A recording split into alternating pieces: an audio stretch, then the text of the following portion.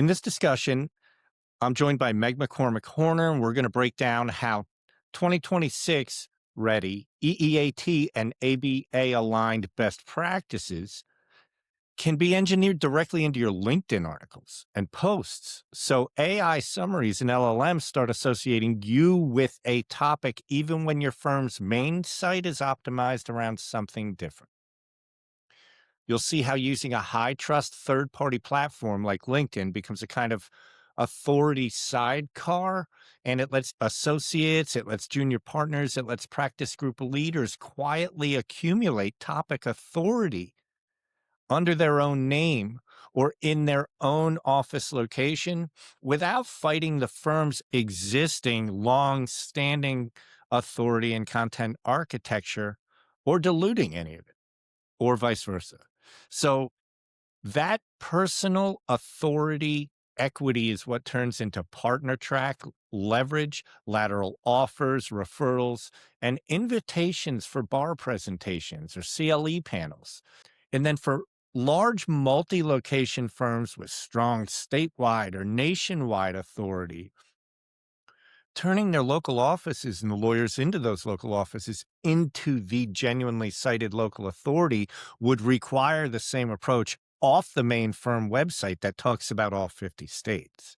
And for that purpose, LinkedIn becomes an amazing approach that lets these individual office leaders or niche practitioners show up in AI as the locally networked, jurisdiction-savvy choice in the specific venue where these cases are, not just as a line item under this giant brand name firm. So join us, Tom Ritter, Meg McCormick-Horner, talking about EEAT, lawyer and law firm AI summary and LLM inclusion in 2026. Also looking at like an all 50 states firm, or in the case that we're talking to in Florida, 22 different county location firm, where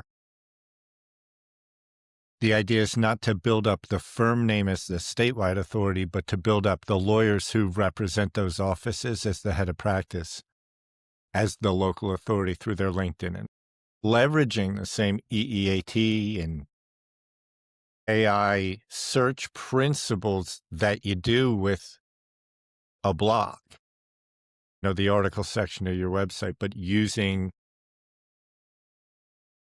the easier, dare I say, cheat code of just LinkedIn, which already has bona fide authority and does really well in AI summaries. So that allows somebody who's not the name on the firm to leverage what we do to affect either their career or their income within that firm as their own sort of personal business, and say, I don't want to be the guy who works with Bob my whole career. I need to build authority, and I need to create my own name. Bob would look at that as, oh, good, I'm looking to retire in 8 years. The more authority he builds between now and the day I walk out the door as the retiring attorney, the more annuity I get when I'm on the beach with umbrellas in my drink or on the ski slopes. And that a new up-and-comer has taken over the firm. So we looked at it as a way to serve firms with tons of locations, or firms with lawyers with a foot out the door as the founding, and or lawyers who just aren't the name that the firm is known for, but everybody benefits if they build their name up beside it, not beneath it, kind of thing. So that's opens up way more conversations in terms of attorneys who can benefit from that, and they don't have to be serving consumer practice. So You said something in the beginning, making someone look like the expert. It sounds like it's not that. It sounds like it's really emphasizing those individuals that are experts in a certain niche. And maybe those individuals, whether it's an entry level partner or a senior associate who may not have the time to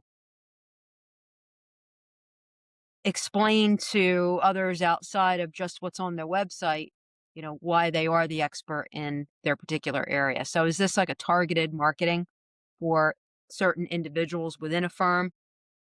No, it's, I mean, any attorney really at this point, because like I said, now, if you look at it, if it's about building up your authority and your name and your niche, doesn't matter if you're even at a consumer firm. I like the example of why it's useful if you have a lawyer going out the door in the future and you still want that firm to carry a base of authority. But even a lawyer who's not even listed on the corporate website, just does taxes for some corporation in e-commerce. Seems to me that they could have the same interest in doing industry speaking, writing, be a thought leader, and again, affect their income within the organization they're in, and or build their authority as somebody who's like wants to be a known quantity as a speaker, as a podcast guest, that kind of thing in a niche. And knowing that will affect their employment prospects, broaden their employment prospects, possibly upgrade their employment prospects. So it's a career move either way for really anybody who bothered to get a JD and knows enough that it's worth projecting it in whatever niche they're in, whether it serves a consumer or, like I said, whether you're like, you know what? I'm going to probably want to get a new job in like 2 years.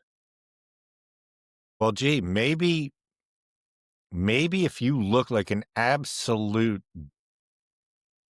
badass at what you do, interested in what you do, published, even if it's just you on LinkedIn at what you do regularly, and then they look at the next candidate who's like the more authority applicant in that situation. So could be anybody who, again, has authority, but to your point, real authority, and just wants to project it. So what does this look like? Posting a lot on LinkedIn or having a firm like yours assist with blogging? What is this? How does this translate into a day-to-day action plan? Just LinkedIn, really. What Jornio is doing is running it full time. Anybody could do it just the same way anybody could run a blog on their website that puts out like 10 3,000 word articles a month and 60 social media posts a month that are spectacular. It would just take a tremendous amount of work. What we're proposing is that whether it's under the official company marketing budget or not on their LinkedIn, anybody, whoever you are, I mean, you could make the case that if you're a senior in law school, your parents should buy this for you. Well, it's funny that you say that. I actually was reading posts that a law student at Wilmington University has started. I'll share it with you.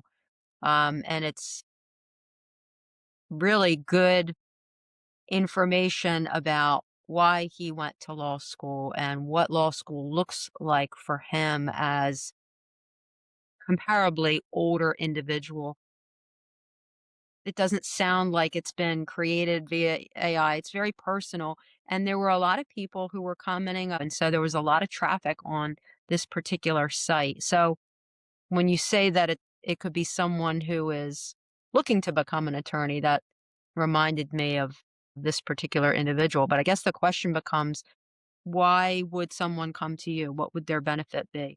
Is it a Well, time savings or is it a oh, it's a knowing? ridiculous time savings. I mean, there's no way they're going to do really one of these posts in a month, much less one every week. Like you're not going to, you're going to write a 3,500 word legal article in your spare time? 3,500 words?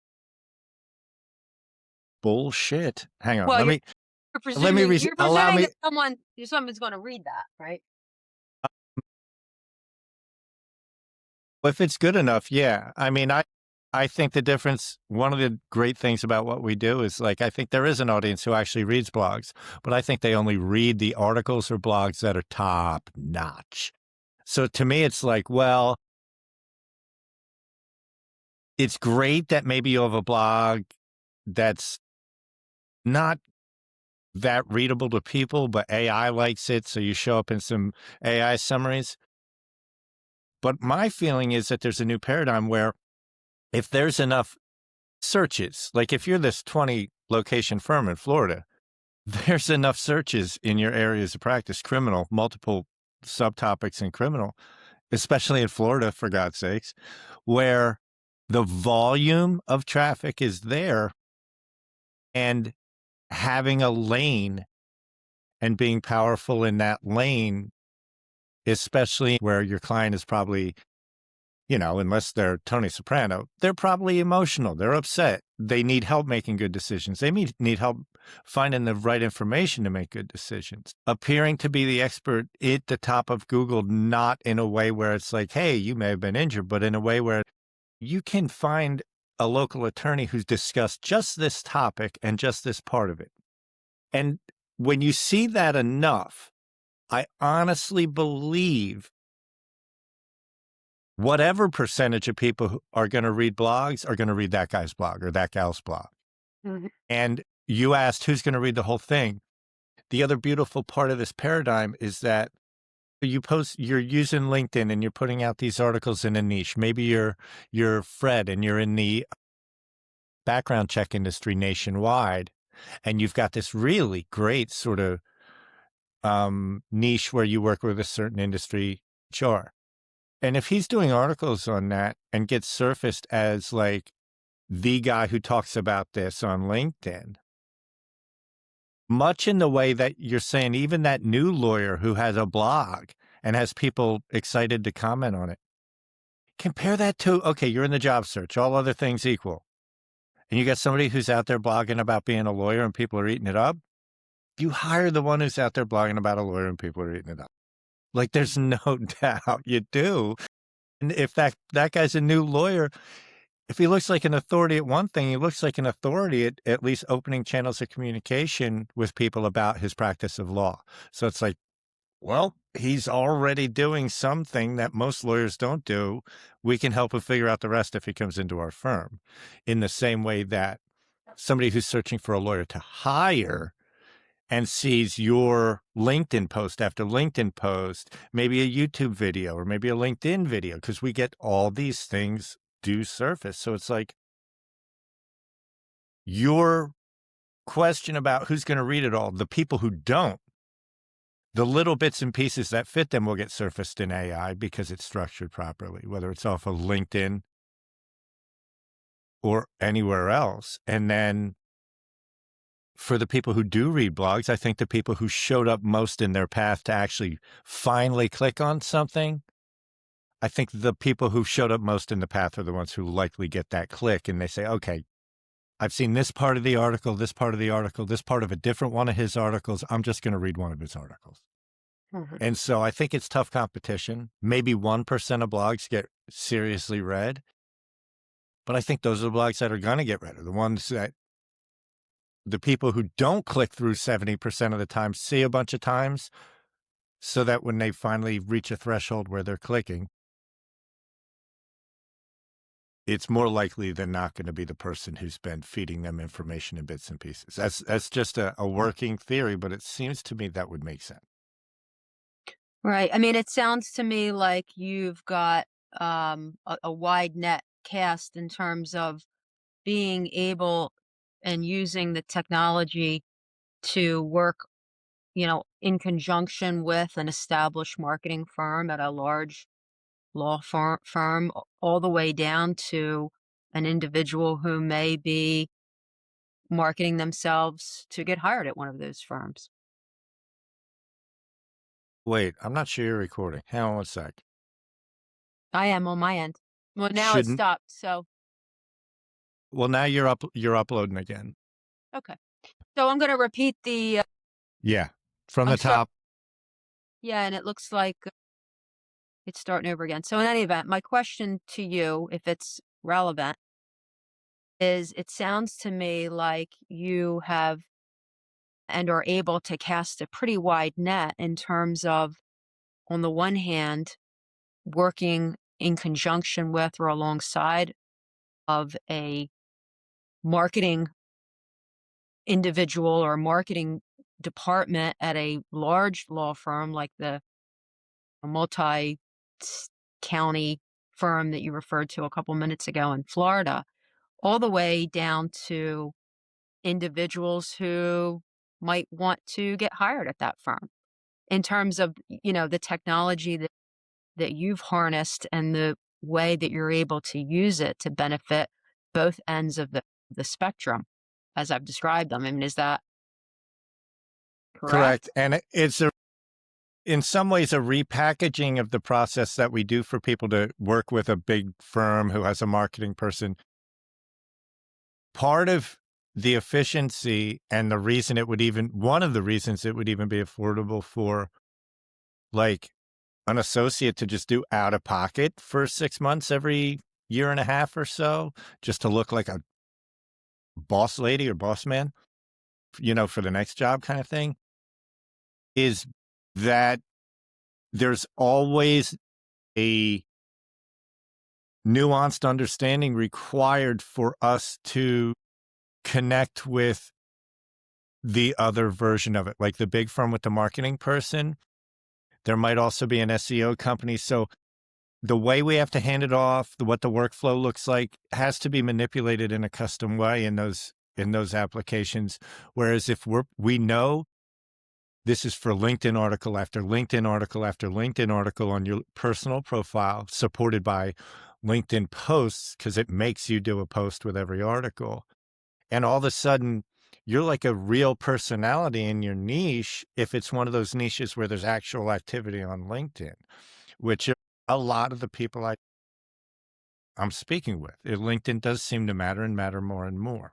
Yeah, So or the in between, right? You've got the individual who is perhaps a senior associate who has, like many senior associates, a couple different hats that they wear within their firm. They are attempting to shine a spotlight on those practice areas that A, they feel they're good at, and B, that they enjoy.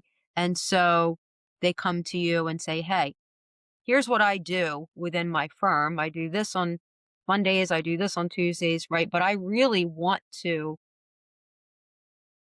highlight this particular practice area. How can I do that?" Is that somebody that you could work with? well, that's perfect. And my first question to them would be, is this the firm you want to make partner at? Let's talk about that. And I'll use that to figure out how much I want to mention the firm. But I'm going to turn you into a partner based on your clear passion. Nobody's going to call me. You've got an associate calling me. That's an associate who wants to be partner. And that's an associate who's like working up a plan saying, okay, what do I need to do? How do I set myself apart? I've accomplished things. How do I highlight them against people in this industry who've had more mentions in bar association and state judiciary websites, which is making it hard for me to show up against them. But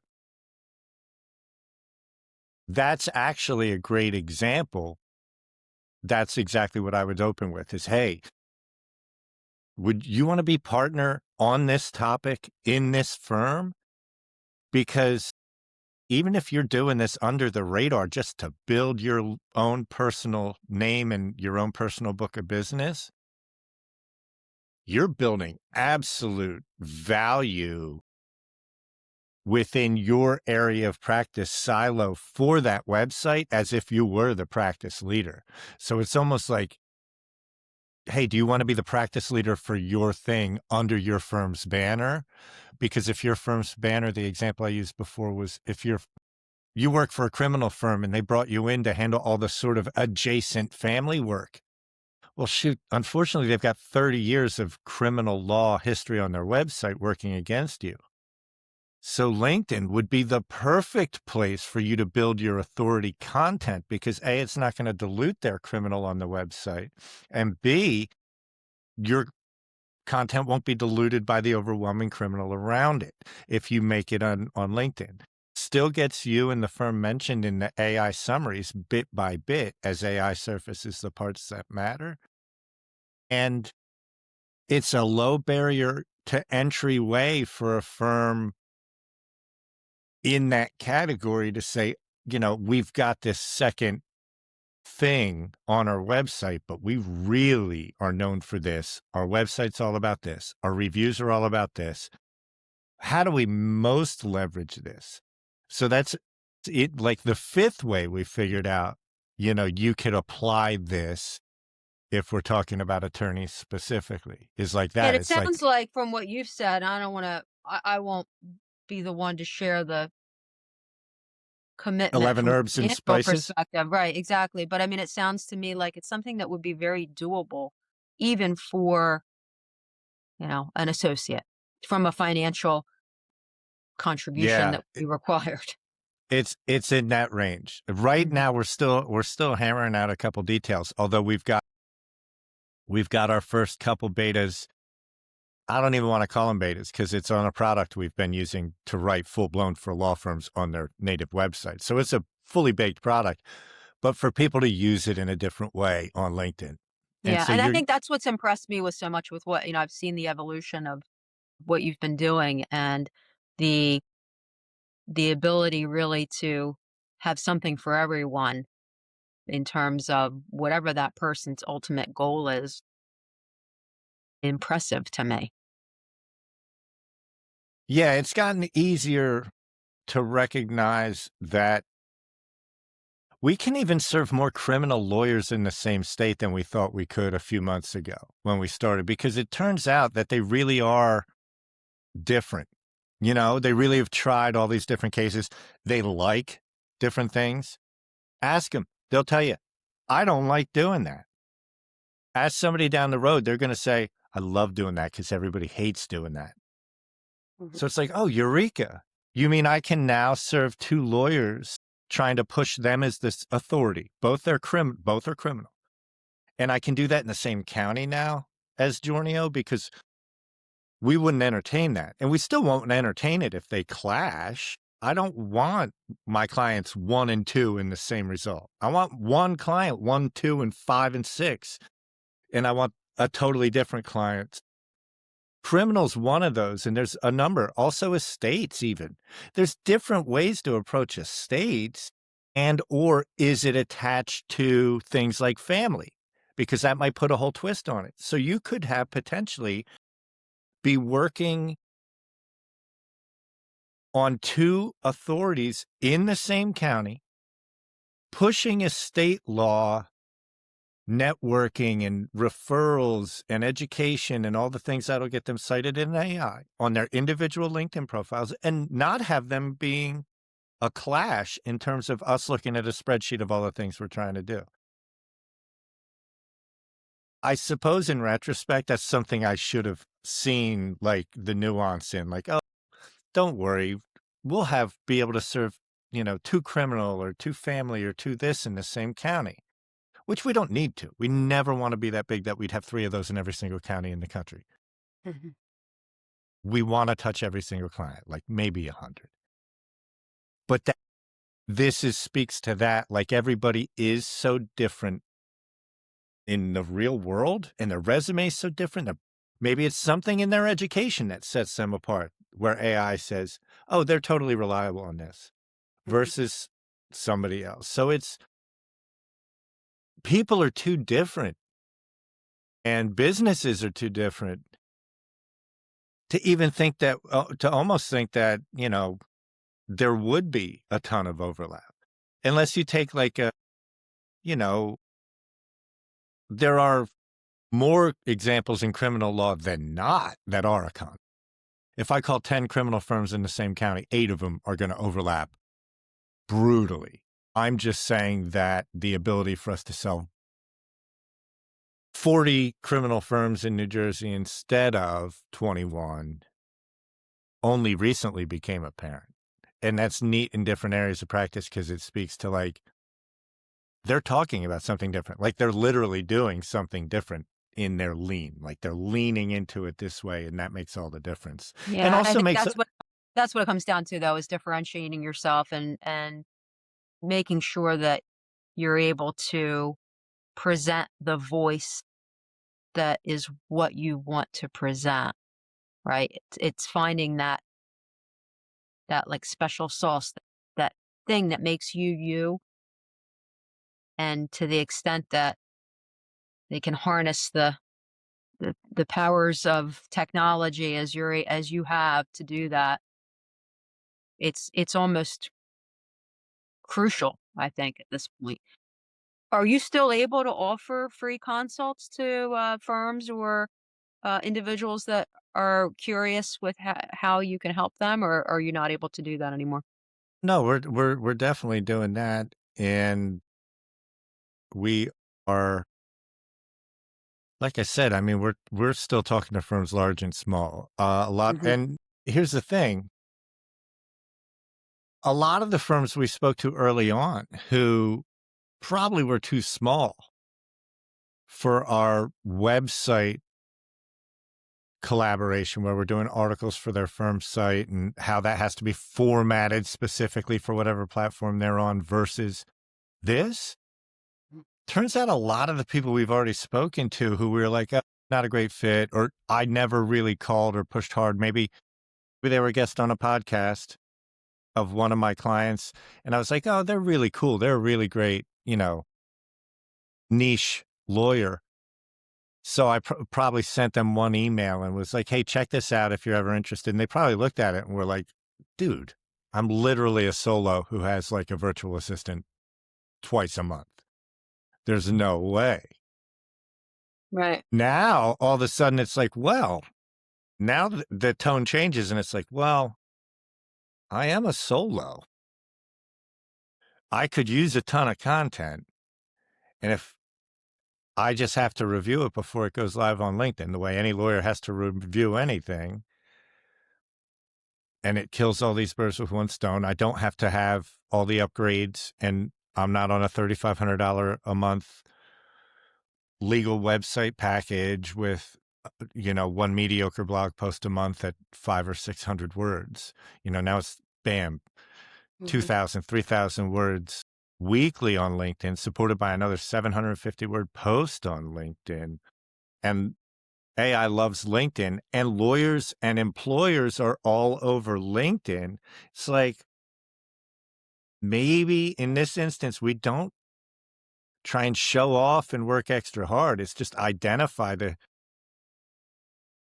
path of least resistance to what AI surfaces, and LinkedIn's one of them.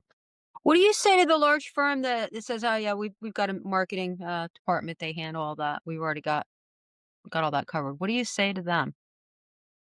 It depends. If I've seen their blog, I know, or their website articles or their LinkedIn, I know if they're even doing what we're doing. So I can't say what we do is SEO because so many of any business out there, their SEO firms might literally not at all do what we do. And we certainly aren't doing what they're doing. We're just focused on this architecture to project what authority exists legitimately within your firm founder and partner pedigrees, case law citations, rulings, all that stuff. Address, Chamber of Commerce memberships, mentions as a speaker at Bar Association meetings. So the idea, it's really just making sure the glass is clean in the front store of your window. Mhm. So when AI walks by, it's like, oh, this store has this, this, this, and this. It writes it down real quick because it's not going to stop walking by. It's just going to walk by. And that's what we do. We architecture your site so that when AI buzzes by it, if it has to put together exactly what the story is and exactly what your lean is, like we were saying a few minutes ago, like, yeah, your family law. But if they're not like, oh, this guy's family law, but boy, is he really heavy duty into this type of custody case and specifically trials and appeals. How do you convey that if AI is just walking by your storefront, if you haven't engineered everything on your shelf in the window in a way to make it literally absorb it in a split second? And that's a fictitious dramatization of what's happening, but it's a fairly accurate portrayal of the process and the outcome. Is a lot of people, boy, maybe their shelves are, crossways to the window. So the AI needs to walk in the store and go down the aisle to even see what's on the shelf. But if you've set up your website and you're a firm with one area of practice, but like 3 specialties underneath it, and you've got all these cases you've won, and you've done public speaking, you've won bar awards, you've been peer reviewed on Martindale, that kind of nerd shit matters. Matters when I'm hiring an attorney, let me tell you. So that level Right. of research has to be fully available in the way you're presented, and in such a way that any bit of information get pulled off the shelves that AI scanned, not just, oh, they talk about family law, but I can grab the specific little paragraph because when I went by, they had it laid out so perfectly that when Google gets a search on that family law topic about custody appeal, the AI goes back and says, well, I saw 50,000 family lawyers this week, and I saw 15 of them who write about this thing extensively, but I only saw one that's in this county. He must be the local expert because he had that niche, broken down, granular architecture set up so that when AI went by his storefront, so think of it as Google Street View. When the car goes by, it's like Google Street View for your digital presence. You have to let it scan everything in a blink. And if you do, it's like it went by and took product, it's like that. It'll do 1,000. It'll know the deepest, most granular bullet points of how you handle that particular type of case if you laid it out properly. So that's more of an answer than you wanted, but that's Well, no. the And I mean, stuff we get excited about. well, no, I get that. I mean, and I know from back when I was in private practice, the what that translates into is increased clients, right? And that's really why attorneys, particularly small firms, want to do this, right? They want to increase and generate revenue. And you and I were able to do that with my firm. I think within the first 6 to 9 months, in 1 year, triple gross revenue through the use of podcasting and demonstrating expertise in certain areas. And so, I mean, it does translate at the end of the day into increased visibility and increased individuals who are looking for an attorney in that particular area, and they call you. Am I wrong? Because I honestly feel this way, and I've had this conversation with the other Tom, my partner in the Jorneo project, or the guy who started it. Don't you feel like that's the exact same thing? Don't you feel like it's like there was the exact same thing that we're pitching is what affected your business when you were doing criminal practice, which is you told me some people just kind of Googled you or somebody sent them the podcast and they were like, oh, this broad's hungry. Called you up and said, I'm out of this. You want my book? Like that literally happened, right? It did. It did. It did. And It's because certainly, you straight up were putting yourself out there as like, I love this. This is what I do. This is what I want to talk about. Like, not like, hey, I'm the lawyer. Hey, I'm the New Jersey criminal lawyer. Like, I'm going to talk to authors who've written about New Jersey criminal law. I'm going to talk to CLE types who teach criminal law. I'm going to bring in Jeff to talk about case after case after case law in like the and nerdiest I think that's detail. why Like, I think that's why I don't want to say corrected you, but that's why I tried to clarify what you said in the very beginning was you don't make people look like the authority expert. Your potential clients are those individuals who know that they are and want to make sure that everybody else knows it too. So there's got to be, right? There's got to be, and there's got to be that underlying passion for what they do and know that they are the authority expert, but maybe don't know how to get that out to the broader masses. And even if they are in complete agreement with how someone else is openly writing about or talking about things, like when you were podcasting, I have to think most criminal attorneys who would listen to what you would say would be like, oh, I agree with that. But if you're saying it, if you're not trying to sound like a textbook, which would make you sound like everybody else, but if on a podcast, in your case, if like you said, you get excited, you get certain type of guest comes in, you're excited, like that's a different way to convey information that keeps the people very interested to begin with. So whether it was attorneys stumbling onto you, clients Mhm. stumbling onto you, whatever the case might have been, I do think it's the same thing. Like if somebody shows up in AI, like I said before, if the only people whose blog might actually get read are the people who you probably bumped into in AI 3 or 4 or 5 times who are always talking about this thing. And more likely than not, if they're in there successfully, it's because they're talking about like this slice of the pie, not like personal injury, but hip and knee implant defects or one particular type of pharma class or something like that.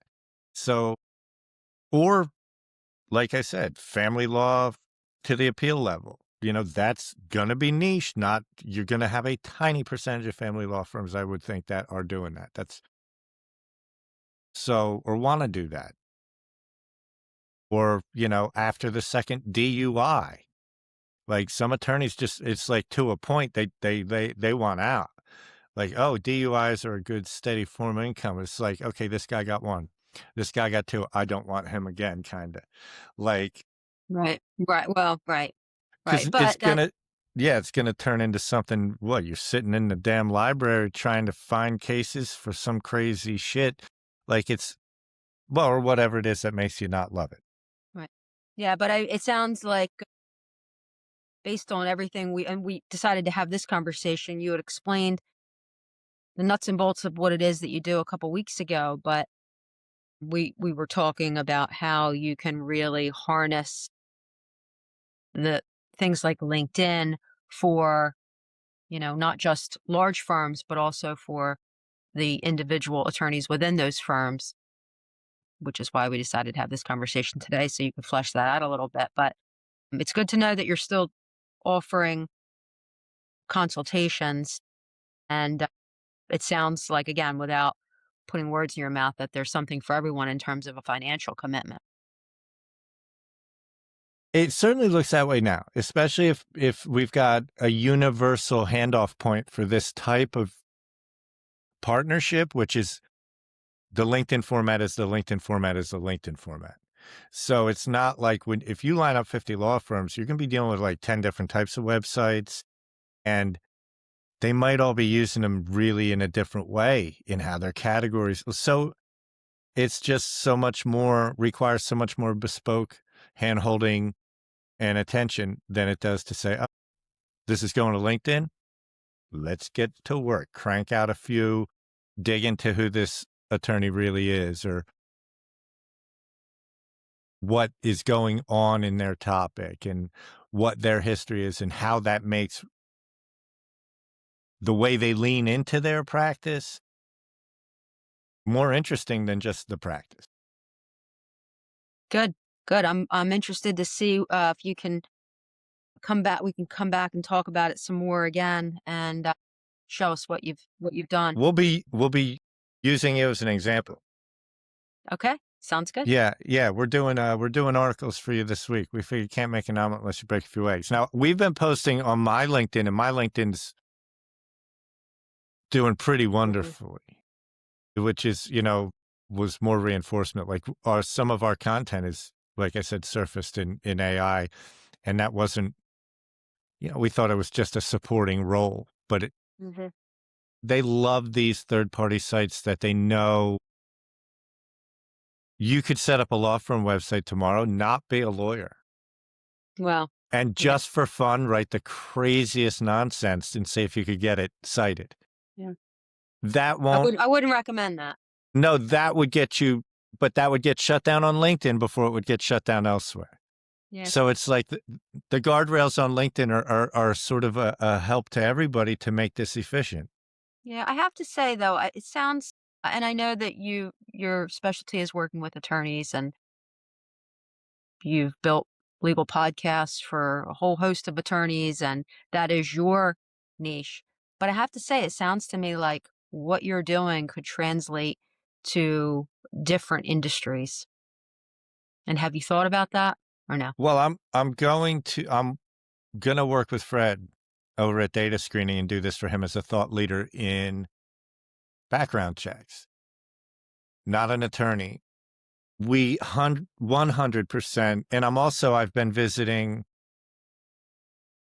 local small business networking groups that are chock full of insurance, contractors, IT, lots of business to business, but also lots of business to consumer in the home services sense. So any one of those becomes legitimate, and any one of those, I think the same conversation sort of applies.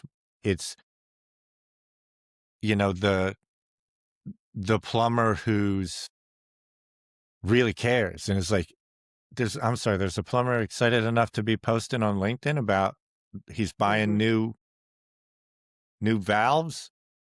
Well, I mean, that might not be your cup of tea entertainment wise, but that's your freaking plumber unless you're crazy.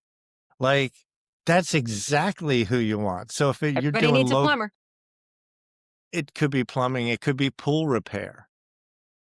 But rather than that pool repair company having to upgrade their workflow in terms of web stuff, do it on LinkedIn. And then instead of your marketer having to, like even then use it as a tool to network with contractors and um, Realtors. decorators, realtors to genuinely mine LinkedIn for B2B referral stuff. But like there's all these advantages to sort of skipping the website part of it, not just in that you can assign authority to the individual, like the guy or gal who runs the company, or a guy who or gal who works at a company and says, I'm going to do this out of pocket because I work on commission. I'm going to blow up myself within the industry as the Yeah. go to. Yeah. But yeah, And you said that before, that most people aren't clicking through the website anyway. That's not the point. But let's continue this conversation. I'm running out of battery, and I want to make sure this gets uploaded before I do. how that, well, you're at 99%. So as soon as I hit Okay. stop, you're going to be uploaded. All right. Isn't it? It's kind of neat, and it's gives you a way smaller client as a viable client. Because at the individual, I mean, law firms are different. You get down to the individual lawyer level, insurance agent level, plumber, butcher, baker, candlestick maker, then Mhm. you're really, really different. Mhm. So it becomes viable. So yeah, all right, I'll let you go, but we're gonna Stay start in working on touch. Yeah. Let's yeah, talk again. Let's talk again either just before or just after Easter. you're following Fred on LinkedIn, right? I am. I am. I'll check Yeah, it out. you'll see. You'll